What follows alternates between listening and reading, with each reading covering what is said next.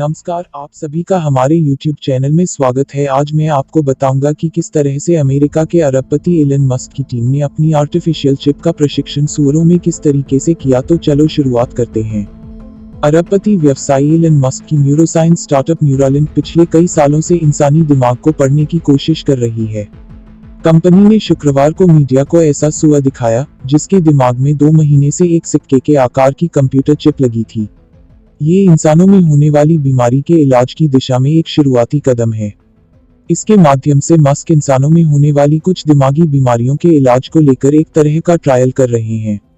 शुक्रवार को आयोजित एक वेबकास्ट में अवसाद, याददाश्त जाने और अनिद्रा जैसी बीमारियों का जिक्र करते हुए एलन मस्क ने कहा, दिमाग में इम्प्लांट की गई डिवाइस के माध्यम से इन समस्याओं को हल किया जा सकता है। टेस्ला इंडस्ट्री और स्पेसएक्स सीईओ मस्क ने 2016 में सैन फ्रांसिस्को में न्यूरालिंक की स्थापना थी। कंपनी का उद्देश्य इंसानों के दिमाग में एक तरह वायरलेस कंप्यूटर स्थापित करना है जो इंसान को अल्जाइमर, डिमेंशिया और रीढ़ की हड्डी की चोटों जैसी बीमारियों से लड़ने में और उन्हें ठीक करने में मदद करेगा। वेबकास्ट के दौरान मस्क ने 3 लिटिल पिग डेमो के तहत एक ऐसे सूअर गैजेट को पेश किया जिसके दिमाग में चिप लगी हुई थी। यह चिप उसके मुंह को नियंत्रित करती थी। प्रयोग के दौरान सूअर को खाना दिया गया और इस दौरान उसकी दिमागी हालत को पहली बार लाइव देखा गया। मस्क ने कहा कि जो चिप सूअर में लगाया गया था उसका व्यास 23 मिलीमीटर (0.9 इंच) है। इसे छोटे तारों के माध्यम से खोपड़ी में फिट किया जा सकता है। मस्क ने इन बीमारियों के इलाज की कोई मियाद नहीं बताई है। हालांकि पहले उन्होंने कहा था कि इस साल के अंत से मानव परीक्षण शुरू हो जाएगा।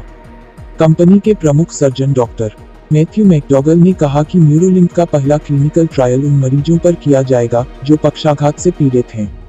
कंपनी से ताल्लुक नहीं रखने वाले न्यूरोवैज्ञानिकों ने कहा है कि भले ही कंपनी ने इस मामले में काफी प्रगति कर ली हो, लेकिन इस विषय पर लंबे समय तक काम करने की जरूरत है।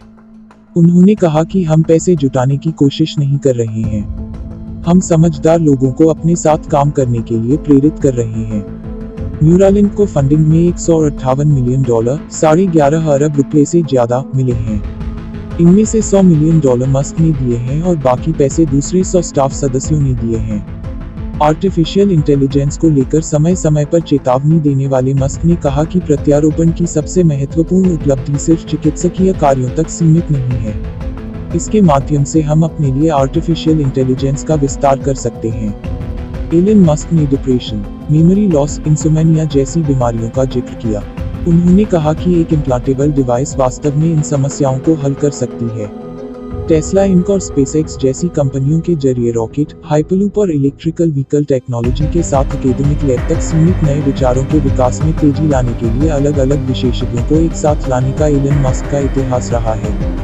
मस्क का कहना है कि ये इम्प्लांट आर्टिफिशियल इंटेलिजेंस के रूप में इंसान के भविष्य की रक्षा करेगा।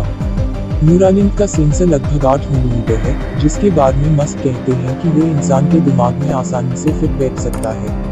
अगर आपको हमारे द्वारा दी गई जानकारी अच्छी लगी हो तो वीडियो को लाइक व चैनल को सब्सक्राइब जरूर करें।